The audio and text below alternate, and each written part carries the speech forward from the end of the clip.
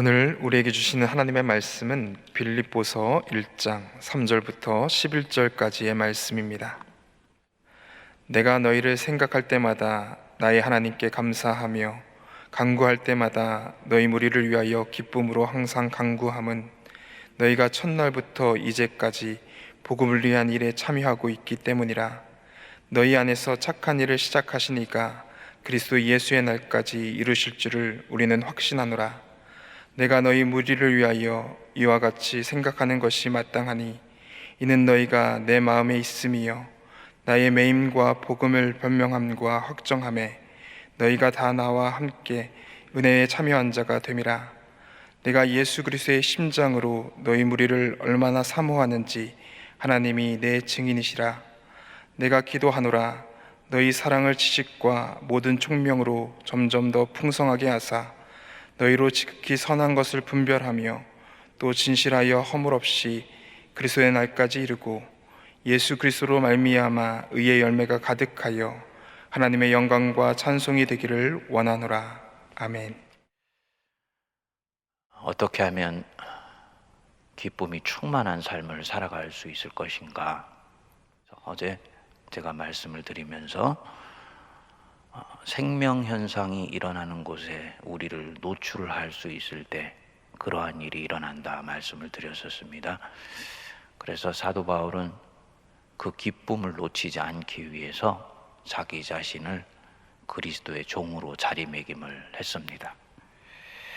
오늘 이제 3절부터 11절까지는 보면 바울이 빌립보 교인들을 위해서 어떤 마음으로 기도하고 또 어떻게 기도하는지에 대해서 말씀을 하고 있습니다. 3절, 4절이 빌립보 교인들을 위해 기도할 때 바울의 마음입니다.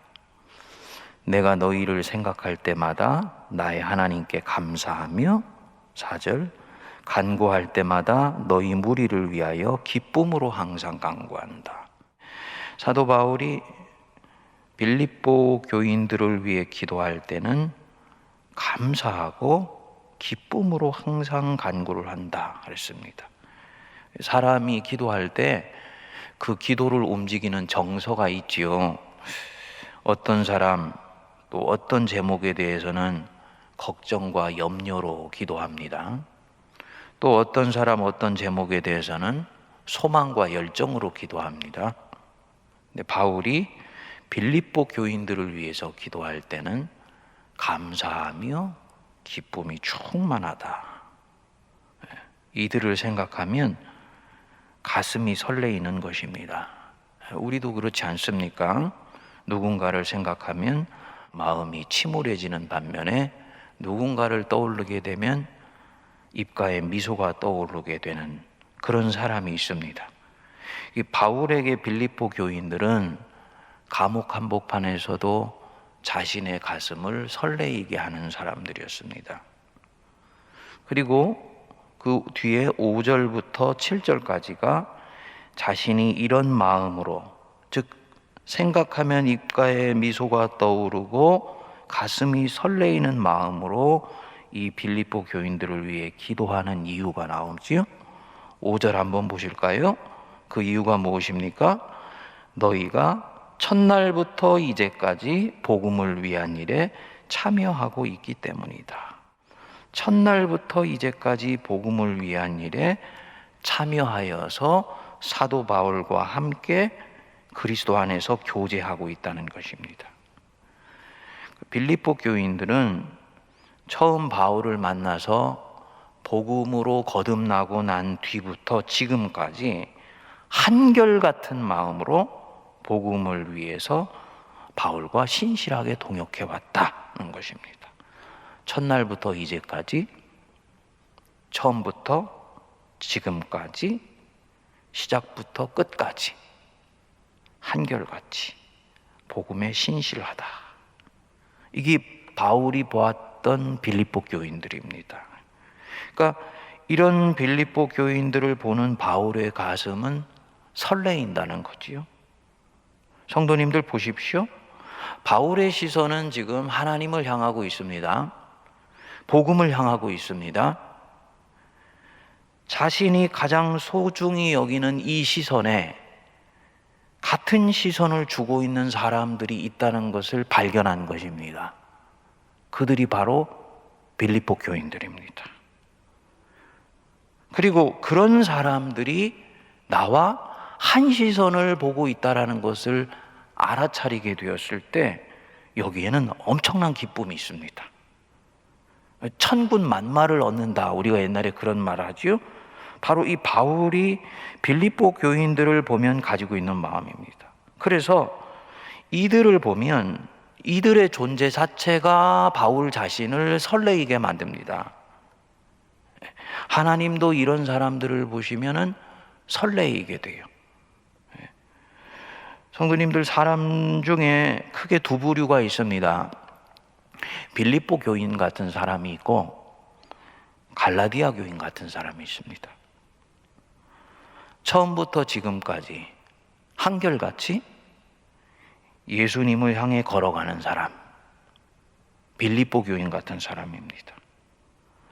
갈라디아 교인 같은 사람, 성령으로 시작하였다가 육체로 마무리하려는 사람, 영으로 시작하였었는데 육으로 갈무리하려고 하는 사람, 갈라디아 교인 같은 사람입니다. 여러 가지 이유가 있을 수 있습니다. 안이해지거나 나태해졌을 수 있습니다. 하나님에 대한 열망이 식은 것입니다. 이런 경우에 성령으로 시작했는데 육으로 마무리하려고 하는 직전에 가 있는 경우입니다. 다른 경우는 고난에 지쳐서 패배하려고 하는 사람입니다. 고난을 섣불리 미워하면 안 된다고 말씀을 드렸지 않습니까? 이 고난은 사람으로 하여금 내가 가지고 있는 열망을 꺾어버리고 허리를 분지러뜨리려고 하는 힘을 가지고 있습니다. 그래서 이 고난에 노출이 되어서 하늘에서 시작해놓고 고단하고 지치고 힘들어서 땅에서 마무리하려고 하는 사람들이 있습니다. 깨달아 알게 되었을 때 얼른 돌이켜야지요. 주님, 갈라디아 교인같이 되지 않게 해주시고 빌립보 교인처럼 되게 해주십시오. 첫날부터 이제까지 복음을 위한 일에 신실하게 참여하고 있는 빌립보 교인처럼 되게 해주십시오. 기도해야지요. 이 사도 바울이 빌립보 교인들을 보면서 아주 귀하게 여겼던 마음입니다. 그리고 바울이 6절에 보면 빌립보 교인들에 대해서 가지고 있는 확신을 말씀합니다. 6절 한번 보실까요? 너희 안에서 착한 일을 시작하신 이가 그리스도 예수의 날까지 이루실 줄을 우리는 확신하노라. 너희 안에서 착한 일을 시작하신 이 하나님이죠. 첫날부터 이제까지 복음에 참여하고 있는 것은 빌립보 교인들이지만 그 일들이 가능토록 계속 빌립보 교인들 안에서 그들의 열망을 추동해 가시고 있는 분은 하나님이시다. 그래서 그 하나님이 그리스도 예수의 날까지 당신의 작정하신 일을 빌립보 교인들 안에서 이루실 것을 나는 확신한다. 그렇기 때문에 나는 너희들을 보면 기뻐하며 감사하며 가슴이 설레인다는 것입니다. 그러니까 소망의 근거가 빌립보 교인 자신이 아니라는 것입니다. 상황이나 환경이 아니라는 것입니다. 이것들은 변하는 거예요. 실망시키기도 합니다. 그런데 변하지 아니하시는 하나님 자신에게 사도 바울은 소망을 둡니다. 그리고 그분이 이루실 것을 믿는 것입니다. 그러니까 이 기쁨을 빼앗을 자가 없는 것이지요. 성도님들, 내가 그분께 신실하고 그분과 함께 걷는 이 인생의 걸음에 한결같으면 하나님이 내 안에서 시작하신 일을 이루실 것을 믿으시기 바랍니다. 나를 바라보면서 그 일이 이루어질 것을 믿는 것이 아니고 내 안에 선한 동기를 불어넣으시고 선한 의지들을 계속 발동하게 해주시며 이 코로나19 같은 고난 속에서도 꺾이지 아니하고 안이하고 나태해질 수 있는 상황 속에서도 끊임없이 주님을 바라보게 하시는 것은 하나님 자신이시기 때문에 그분은 결국 내 안에서 시작하신 일들을 반드시 이루실 것이다 라는 것을 믿는 것입니다. 이 생각을 하면 감옥 속에서도 가슴이 설레일 수 있는 것이지요. 왜냐하면 이 설레임은 환경으로부터 오는 것이 아니고 하나님 자신에 대한 소망으로부터 오는 것이기 때문입니다. 그래서 이제 7절 보시면 바울이 자신이 기도하는 그 마음에 대해서 마무리를 합니다. 내가 너희 무리를 위하여 이와 같이 기쁨과 감사함으로 생각하는 것이 마땅하니 이는 너희가 내 마음에 있음이며 나의 매임과 복음을 변명함과 확정함에 너희가 다 나와 함께 은혜에 참여한 자가 됨이라. 그러니까 바울은 감옥에 있지만 지금 혼자 있지 않습니다. 자기가 시선을 두고 있는 그 하나님께 함께 시선을 고정하고 있는 사람들과 영적으로는 같이 하고 있는 거예요. 그리고 난 뒤에 이제 9절부터 11절까지 이들을 향해 항상 하는 기도의 내용이 무엇인지를 말씀을 합니다. 굉장히 중요한 대목이 지금 우리 한국교회가 처해 있는 상황과도 연결돼서 좀 나옵니다. 한번 성도님도 한번 보실까요? 9절 10절 우리 같이 한번 읽어보겠습니다. 내가 기도하노라 너희 사랑을 지식과 모든 총명으로 점점 더 풍성하게 하사 너희로 지극히 선한 것을 분별하며 또 진실하여 허물 없이 그리스도의 날까지 이르고. 사도 바울이 이 눈에 넣어도 아프지 않은 이 빌립보 교회 교인들을 위해서 무엇을 기도하고 있느냐? 너희 사랑을 지식과 모든 총명으로 점점 더 풍성하게 해주시기를 내가 기도한다. 이 빌립보 교인들은 감옥에 가 있는 사도 바울을 이 뒷바라지하는 부분들의 한결같은 사람들이니까 굉장히 사랑이 풍성한 사람들이라고 이야기할 수 있겠지요. 그런데 바울은 영적인 욕심이 더 있습니다. 뭐냐? 이 사랑을 지식과 모든 총명, 지혜입니다. 지혜로 더 풍성하게 되도록 해주십시오. 하나님, 빌립보 교인들이 지금 가지고 있는 이 사랑의 지식과 지혜가 더 풍성하게 차고 넘치게 해주십시오 라고 기도한다는 것입니다. 왜냐? 사랑은 감정과 정서만이 아니기 때문입니다. 우리는 보통 사랑이라는 것을 어떤 감정, 느낌, 정서라고 생각을 합니다. 그를 향해서 마음이 뜨겁다, 열렬하다, 간절하다, 그 사랑의 감정, 사랑의 정서입니다. 그런데 바울이 보기에는 기독교적 사랑에서 중요한 것은 정서와 감정만으로 충분하지 않다는 것입니다. 왜냐? 이 사랑은 생명을 살리고 죽이는 일과 연결되어 있기 때문입니다. 식물을 키우는데 그 식물이 잘 자라게 하려면 그 식물을 사랑하는 마음만으로 되는 것이 아니지 않습니까? 그 식물이 어떤 환경에서 잘 자라는지, 물은 일주일에 얼마를 줘야 되는지, 햇빛의 양은 얼마가 돼야 되는지, 이런 부분들에 대한 기본적인 지식이 있어야 됩니다. 모든 생명을 가꾸고 돌보는 사랑에는 그 생명 자체에 대한 지식이 있어야 되는 거예요. 그래서 바울이 얘기할 때 이 그리스도인의 사랑은 생명 역사, 생명 현상과 관련되어 있는 것이기 때문에 감정과 정서로만 되어지는 것이 아니고 지식과 지혜가 거기에 더해져야 되는 것이다. 그래서 이 빌립보 교인들의 사랑을 완성시키기 위해서 지식과 지혜로 내가 사랑하는 빌립보 교인들이 점점 더 풍성하게 해주십시오 라고 기도를 하는 것입니다. 이것이 되어지기 위해서 바울은 좀 더 중요한 기도 제목을 얘기를 하죠. 10절입니다. 너희로 지극히 선한 것을 분별할 수 있도록 기도한다. 영적 분별입니다. 하나님의 뜻이 무엇인지 분별하여서 그 방향을 따라갈 수 있도록 하는 것. 하나님을 사랑하고 사람들을 사랑하는 데 있어서 우리 그리스도인들이 분별력을 갖는 것을 잘 훈련해야 되고, 또 분별할 수 있는 힘을 늘 갖도록 기도하셔야 됩니다. 열심이나 열정만으로 되어지는 일이 아닌 경우들이 대단히 많아요. 이번에 코로나19로 인해서 우리 한국에 있는 모든 종교들이 주일날 예배나 미사나 법회를 온라인으로 전환하거나 중단하지 않았습니까? 이것은 어떻게 보면 분별의 상황입니다. 이 전염병의 상황 속에서 하나님 예배를 어떻게 하는 것이 하나님의 뜻에 맞게 하는 것입니까? 분별의 질문입니다.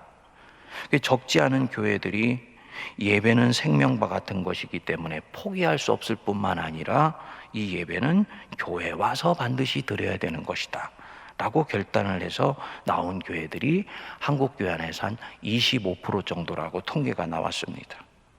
그 열심과 열정과 하나님을 향한 순전함 인정해 줘야 됩니다. 그분들이 재정 때문에 그렇게 했다, 분별은 그렇게 하는 게 아니에요. 인정해 줘야 됩니다. 그런데 사도 바울의 여기 말씀대로 하면 더욱더 선한 것이 무엇인지를 분별을 해야 돼요. 더욱더 선한 것이 무엇이냐, 즉 열정과 순전함만으로 충분하지 않은 더 온전하게 선한 것이 무엇인지를 분별해야 됩니다. 결과적으로는 교회가 터하여 있는 사회로부터 어떤 반응이 나왔습니까? 영혼이 육체에 있는 것처럼 교회는 항상 세상 속에 있으며 사회 속에 있다는 것을 늘 염두에 두는 것, 교회의 행로를 분별하는 데 굉장히 중요한 부분입니다. 결과적으로 우리가 본래 가졌던 의도와 상관없이 그렇게 여는 교회에 대해서 교회는 이기적이다, 자기중심적이다라고 방역당국이나 정부와는 상관없이 사람들은 얘기하게 된 거예요. 이 안에는 신앙의 절개를 지키는 일이라고 생각하는 것과는 상관없이 결과적으로는 하나님의 이름을 욕되게 하고 코로나 이후에 선교의 상황이 적어도 다른 종교에 비해서는 힘든 여건과 환경이 만들어지는 안타까운 일이 생기게 된 것입니다. 왜 이런 일이 생겼느냐? 사랑이 감정과 정서와 열정과 순전함만으로 되는 일이 아니라는 것을 간과한 것이죠. 영적 분별이 얼마나 중요한 일인지 모릅니다. 무엇이 지금 최선이고 지극히 선한 것이 무엇인지를 분별을 해야 그 바울이 이것의 궁극적인 열매가 무엇인지를 11절에 얘기를 합니다. 예수 그리스도로 말미암아 의의 열매가 어떻게 한다고요? 가득하여서 하나님의 영광과 찬송이 되기를 원하노라. 하나님 뜻대로 분별하여서 성도와 교회의 행로를 정해 나가야 의의 열매가 가득합니다. 잎사귀만 무성한 나무가 되기를 하나님은 교회와 성도들에게 원치 않으세요. 부지런히 연료를 떼면서 연료를 소비하는데 배는 제자리에 맴돌고 목적지를 향해 가지 않는 구원의 방주가 되기를 주님은 원치 않으십니다. 성도가 주님 안에서 일을 하면 의의 열매가 가득하고 그것으로 인해서 하나님의 영광과 찬송이 되기를 원하십니다. 어떻게 할 때? 바로 교회가, 성도가 하나님의 선하신 뜻을 잘 분별할 수 있도록 지혜와 지식이 충만할 때. 그래서 한국 교회가 이번에 이런 면에서 그 25%의 교회 때문에 사회에서 점수를 많이 잃었습니다. 속상한 일이죠. 우리 세문안교회 같은 교회로서는 속상한 일입니다. 이제 코로나가 잦아드는 시점 속에서 언제 이제 이 오프라인 예배로 본격적으로 전환할 것인가를 놓고 우리가 또다시 잘 분별을 해야 됩니다. 성도님들이 우리 당회를 위해서 이런 경우에 또 우리 장로님들 또 목회자 저를 위해서 기도해 주셔야 됩니다. 뭘 말하는 것이냐?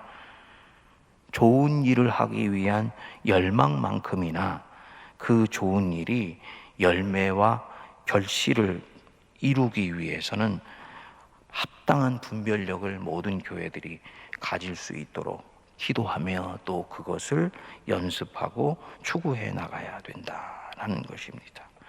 대단히 교회의 행로를 찾아가기 어려운 환경 속에서 하나님이 우리 각 사람에게 선한 것을 분별할 수 있는 힘을 주시도록, 또 이로 인해서 의의 열매가 가득하여 하나님의 영광과 찬송이 되는 내 자신과 우리 세문안교회와 한국교회 되게 해달라고 함께 우리 기도하실 수 있게 되기를 바랍니다.